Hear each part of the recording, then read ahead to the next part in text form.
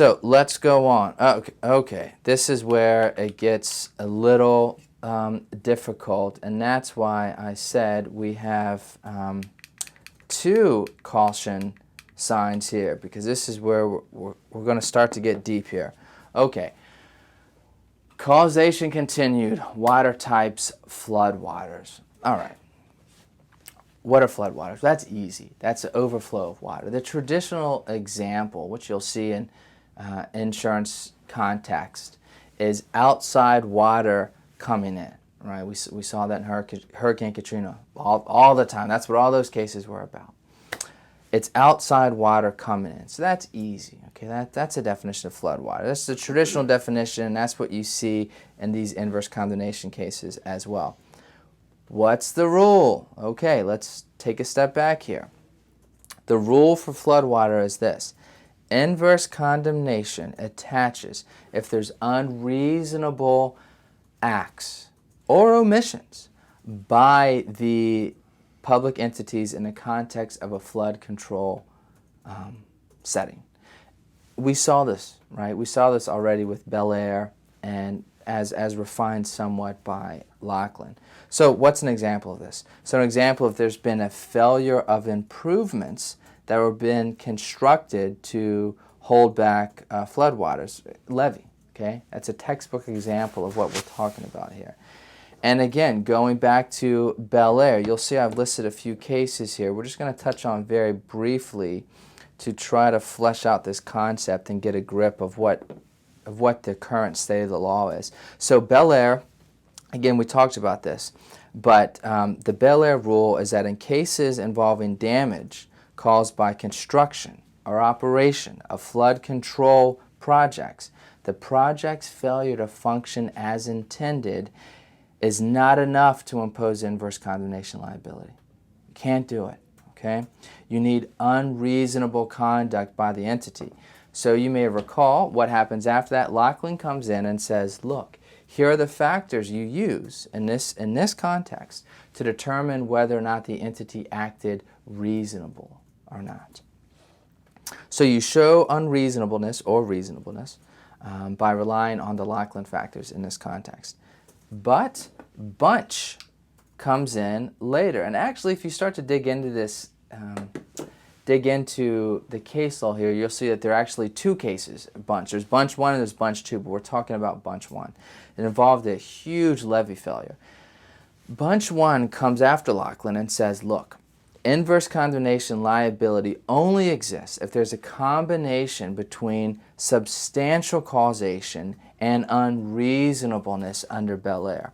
So now you have another layer of complexity. So it's not enough now under Bunch to show unreasonable conduct under Bel Air / Laughlin. You have to show there's a combination between unreasonable conduct and substantial causation according to Bunch.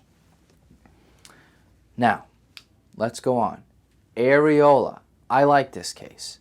So let's see what Areola has to say. Okay, so here are the facts of this case. Areola involved a levee built by the Army Corps of Engineers, so an arm of the government, I think in the 20s or 30s. So the Army Corps comes in, they build this levee, and they say, look, public entities, do y'all want this levee? You need to be responsible for it. Okay, but we'll hand it over to you. So a number of entities, I think there was the county, maybe the city, perhaps even the state, but I know there were multiple public entities came in and said, okay, we'll take it. And so the Army Corps of Engineers basically, gave them the levee and said, well, I want you to maintain it. So what happened was the entities at first used mechanized clearing of the levee, right? Because over time, vegetation would grow up and start to impair the functioning of the levee. And so the entities were hiring, I think they probably third-partied out, hiring these companies to go in there and do this mechanized clearing of the buildup over time. What happened, and this was disputed in the case about as to why, but what the court seized on was that the entity stopped doing it.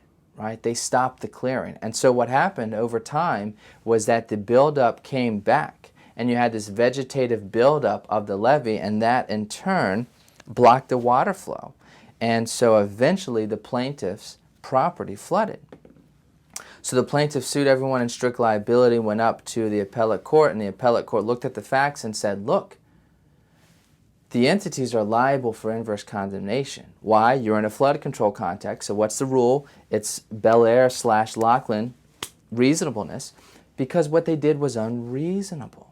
They knew the risk of the flooding, but they didn't act. So this is important, I would say, from a plaintiff's perspective, because these cases are getting difficult. We'll speak about that more in a minute. But what Areola brings to the table is that the entities started to do something and then they stopped, right? So this ties into what we talked about early on with substantial participation. You may recall that I said that in some context, substantial participation could mean omissions, right? So here you had these entities taking some affirmative action that were preventing the flooding of property by clearing the vegetative buildup, and then they stopped. And the court looked at that and said, that was unreasonable. You knew the risk of flooding and you didn't do anything about it. Or you stopped doing something about it. And so inverse condemnation under the Areola case. Okay, strict liability. Let's switch gears somewhat. I want to talk about two of my favorite cases, Pacific Bell and McMahon's. Why are they my favorite cases? Well, because you're getting back to, I would say, the traditional inverse condemnation strict liability analysis. These cases, I think, are fun because these cases in particular, because they're somewhat easy to digest. So what are the facts of Pacific Bell? Okay. Plaintiff's property flooded when a cast iron water pipe burst. Okay? Plaintiff, who actually, Pacific Bell was the insurance company, the insurer for the property owner, which gets into subrogation. We'll speak to that closer to the end, but it was actually brought by an insurance company against the city of San Diego. So they sued San Diego and said, inverse condemnation. Why? Because the pipe that burst was part of a water distribution system. What's that? Well, that's a public project, right? Or it's a public use. And it was being operating as intended, therefore strict liability, inverse condemnation, pay us. San Diego pushed back and said, no, what are you talking about? This isn't operating as intended. We don't intend our pipes to break. What you're saying, plaintiff, make no sense. So this got before the court, and the court sided with the plaintiff and disagreed with the city and said, no, it is operating as intended. Why? Because plaintiffs learned that the city had to wait until it breaks policy, right? There was no affirmative steps on the city to go out here and replace the pipes. The city's policy was, well, when a pipe breaks, we'll fix it.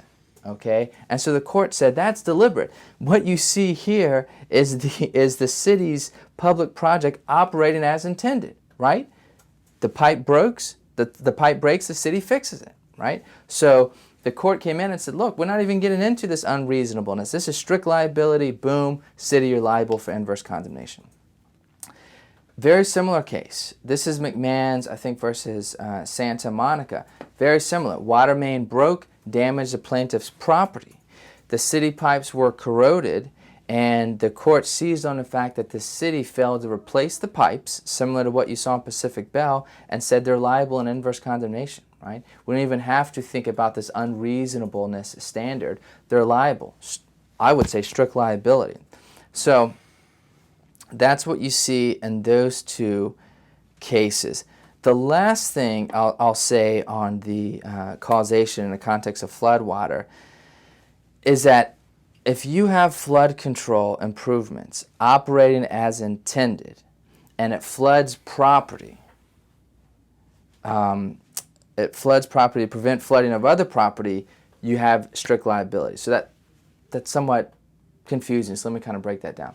If the entity goes in and they construct a project that deliberately floods property A to prevent flooding to property B, the city is liable, or city entity, whatever, is liable in inverse condemnation under the umbrella of a strict liability analysis, right? That's what some cases say after this.